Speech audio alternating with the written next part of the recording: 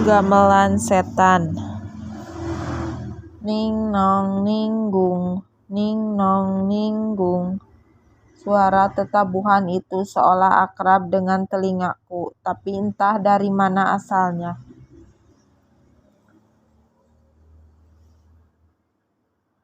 Pada saat aku berkunjung ke rumah sepupuku Darminto di pedesaan yang cukup jauh dari jalan raya.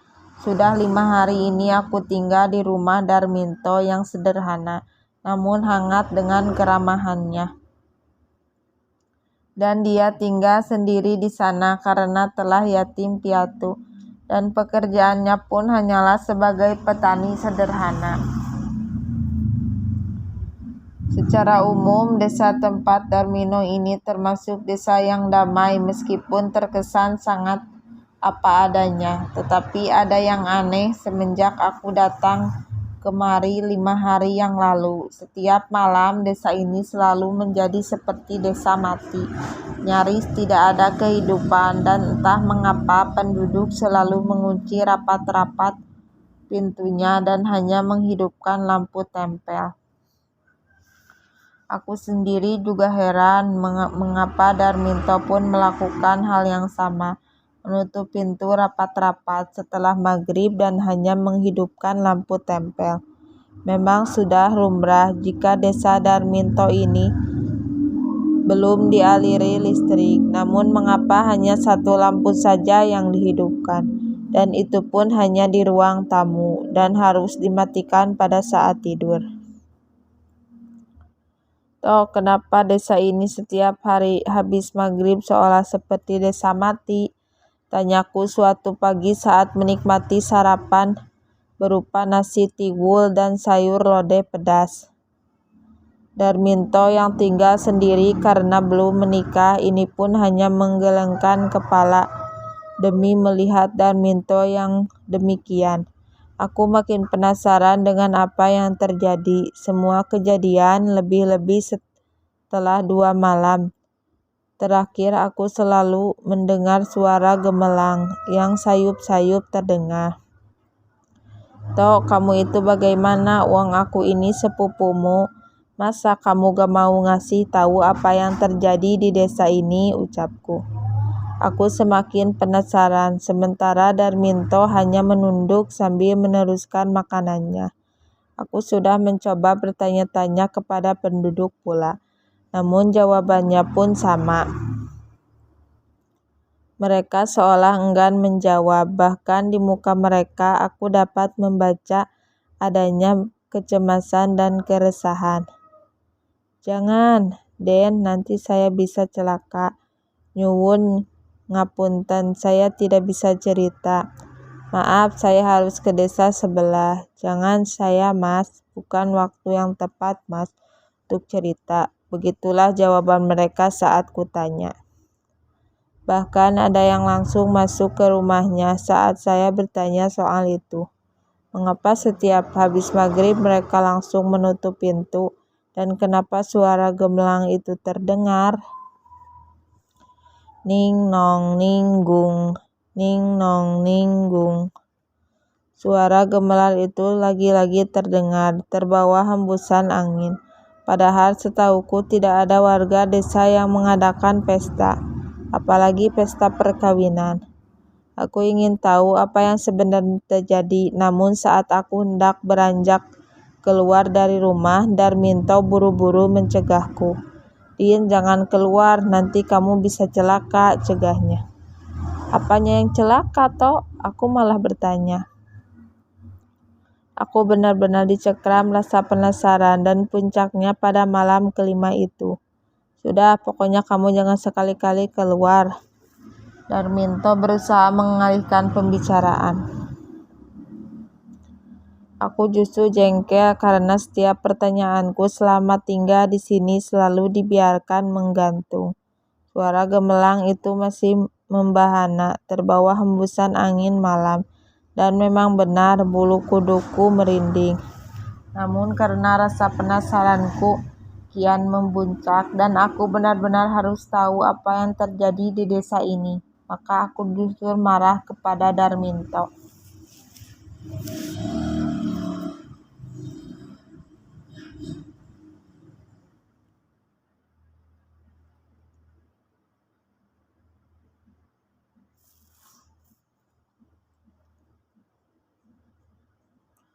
Toh, kenapa kamu selalu mengucapkan kalimat yang sama? Habis sudah kesabaranku.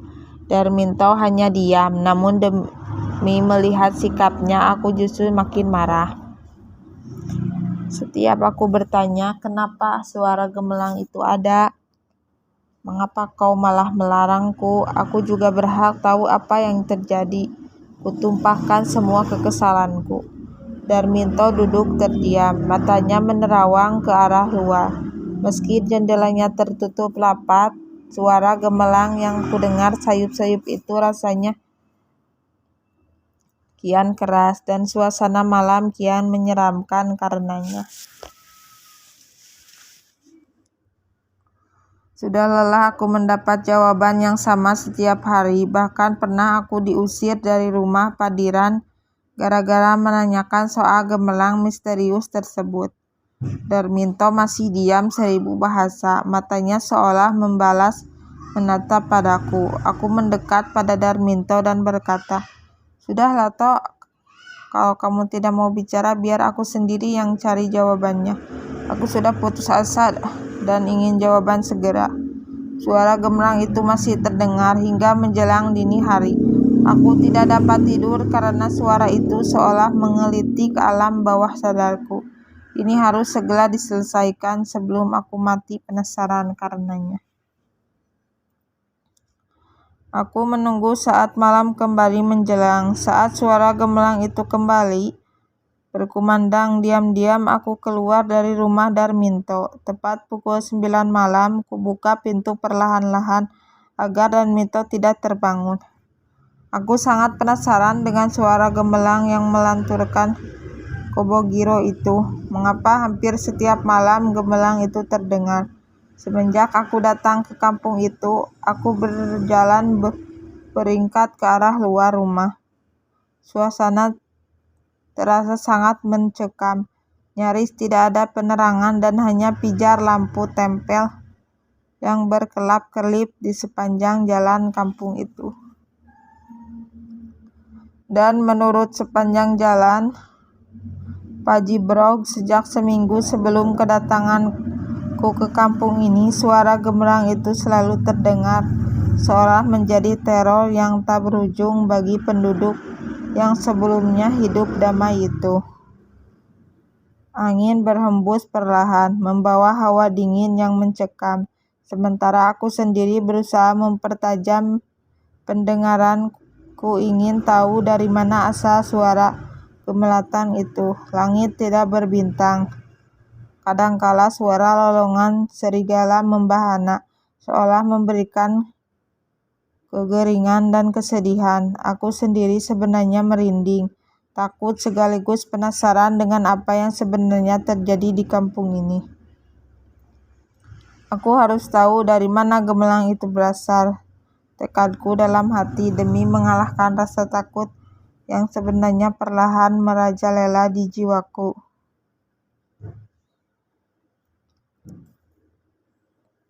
Kututup pintu rumah Darminto dengan sangat berhati-hati.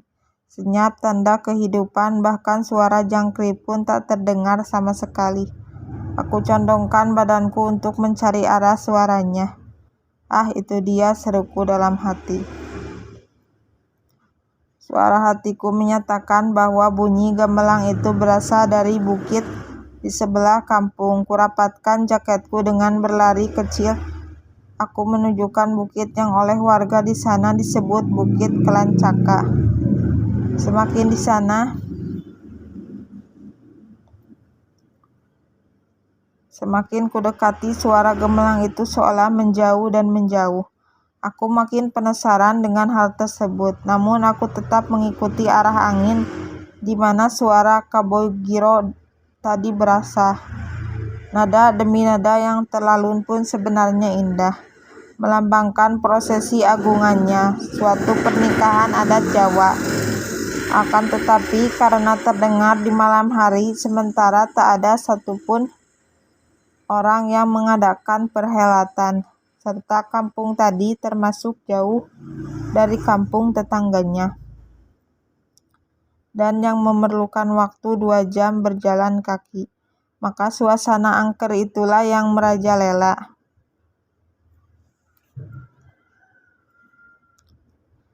Kemungkinan waktu sudah menunjukkan pukul 12 malam, manakala aku tanpa terasa sudah sampai ke kaki bukit Kalancaka. Bukit ini nampak angker dengan batu-batu cadasnya yang tersembul di antara rimbunnya hutan, kata penduduk setempat.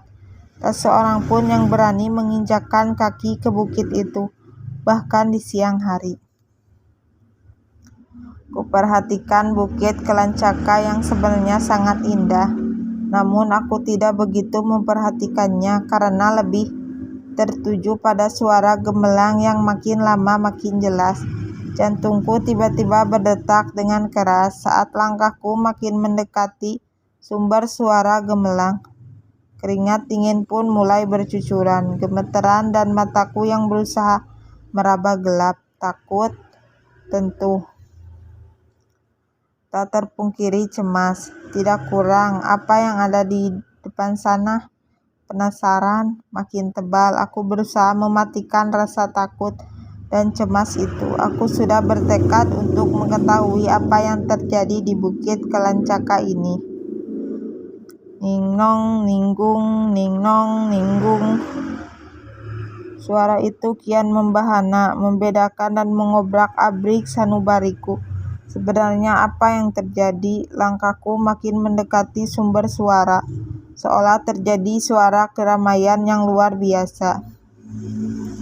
Tiba-tiba aku mendengar suara-suara manusia yang mendekat.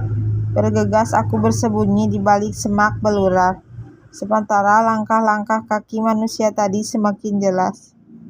Ternyata mereka adalah sosok seperti manusia yang memakai busana, seolah hendak ke pesta perkawinan. Ada tempat orang yang masing-masing membawa seperti bungkusan, entah apa isinya. Aku sendiri berusaha makin mendekat, seiring dengan suara gemelang yang seolah mengejekku untuk segera menemui dirinya. Kubuntuti keempat orang yang semuanya laki-laki itu hingga harus menapaki terjalnya jalan bukit yang hanya berusaha jalan tikus berbatu. Suara gemelang itu kian membisuku. Aku terus berjalan hingga tiba di suatu titik, tepat di sebuah tempat lapang yang terdiri dari padang rumput. Aku melihat sudah begitu banyak orang di sana. Mereka melihatku namun seolah tidak memperdulikanku. Sementara suara gemelang itu semakin mendekat. Saat aku menoleh ke arah kerumunan, aku melihat sekelompok orang yang memainkan gamelan. Namun yang aneh, hampir semuanya berwajah mengerikan. Aku nyaris saja berteriak kalau tidak ingat dengan apa pesan kakekku sebelum pergi.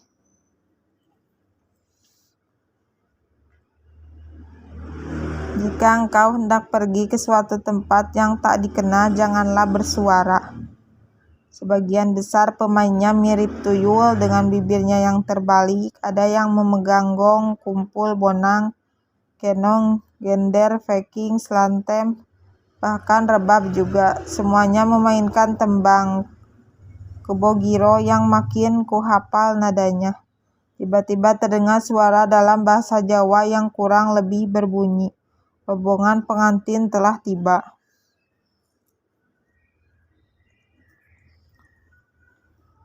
Aku sekejap menoleh. Aku ada rombongan besar pengantin dengan busana Jawa yang lenggap. Sang pengantin perempuan memakai pakaian solo, basahan yang anggun dengan bunga melati, lengkap menghiasi sanggulnya, serta canduk mentul yang mempermanis penampilannya. Tetapi pada saat aku melihat pengantin prianya, aku seketika terhenyak. Jantungku terasa hendak lepas dan pembuluh besar pernapasanku. Darminto, tidak, mungkin, jangan dia. Pengantin pria tadi berwajah mirip Darminto, namun dia pucat.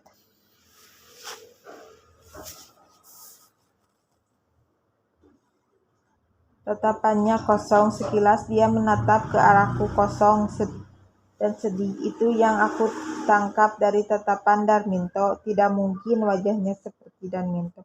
Aku bergegas berlari meninggalkan arak-arakan pengantin tadi. Namun suara gemelang itu seolah terus mengejarku. Tanpa peduli aku berlari ke arah mana, aku turuni bukit Kelancaka hingga berguling-guling. Aku terluka, tapi aku terus saja berlari. Ku toleh belakang, arak-arakan pengantin itu seperti mengejarku. Wajah mereka terlihat berdarah-darah dan matanya yang keluar. Bahkan ada yang menjelma menjadi sosok kuntilanak yang terus mengejar kemanapun aku lari. Arak-arakan itu semakin ketat menempel di belakangku seolah hendak meneramku. Aku semakin ketakutan, napasku kian tersenggal-senggal. Suara gemelan Kabogiro itu tiba-tiba berlimang dengan suara lolong serigala dan cekikan yang sangat melososkan sukma. Aku terus berlari dan terus berlari, hingga tiba-tiba aku tersandung batu dan terhembas ke jurang yang dalam. Aku hanya bisa terpekik, badanku melayang seolah layangan yang lepas tak berdaya.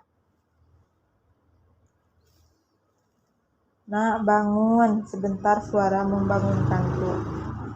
Aku terhentak ketika sepasang tangan mengguncang-guncang tubuhku. Aku seolah terbangun dari mimpi. Ketika kulihat Pak Jimrong yang membangunkanku, badanku terasa sakit-sakit. Aku terasa tergeletak di tegalan. "Kenapa tidur di situnya?" tanya Pak Jimrong. Aku berusaha bangun, namun sakit sekali sehingga dia memapahku. Aku tersadar kalau masih ada di kaki bukit Kelancaka. Pak Jimrong masih terus memapahkan aku hingga sampai di sebuah dangau. Kami berdua pun duduk di sana, sementara aku masih teringat soal tadi malam, di mana aku melihat arak-arakan pengantin, yang mana pengantin prianya adalah Darminto. Dan aku berlari menghindari kejaran para anggota arak-arakan hingga aku terjatuh ke dalam jurang yang ternyata adalah tegalan sawah yang masih basah. Pak Jimrong tiba-tiba memapahku keluar dari dangau. "Din, kamu harus cepat-cepat pulang ke rumah Darminto," ucapnya. "Kenapa, Pak?" Aku justru malah bingung dengan sikapnya. Seperti ketakutan, Pak Jimrong tanpa bicara lagi langsung mengajakku ke rumahnya. Sesampainya di sana, sudah banyak orang berkumpul di rumah Darminto. Ada yang melafalkan ayat-ayat suci, namun ada juga yang terheran-heran. Aku bergegas masuk ke dalam rumah. Meski kakiku terpincang-pincang, perasaanku mulai berkata, bila ada sesuatu yang terjadi pada Darminto. "Oh, jangan, Tuhan. Jangan dia, aku semakin cemas." Aku tak perlu lagi orang-orang yang duduk bersila sambil menghadap sesuatu yang ditutupi kain batik. Aku tidak sabar lagi untuk membuka kain menutup jenazah itu demi melihat Darminto. Aku berteriak sejadi-jadi. Di hadapanku kini terpandang jasad Darminto yang membelakang dengan tangan sedikit mengangkat ke atas, kaku dan tidak bisa digerakkan lagi. Mulutnya juga mengangap, sementara orang-orang banyak berbisik-bisik mengenai sebab kematiannya. Aku menangis sejadi-jadi. Apa ini yang kutemui di Bukit Kelancaka? Kenapa Darminto sampai jadi korban? Apa yang dia lakukan sehingga nyawanya hilang begitu saja? Apa dia meminta pesugihan di sana? Apakah gemelang gaib itu menjadi pertanda akan adanya kematian? Entahlah, aku bingung. Tiba-tiba telingaku mendengar suara lirik gemeteran itu lagi, seolah mengantar kepergian Darminto. Aku limbung dan dunia menjadi gelap. Ning nong ninggung, ning nong ninggung.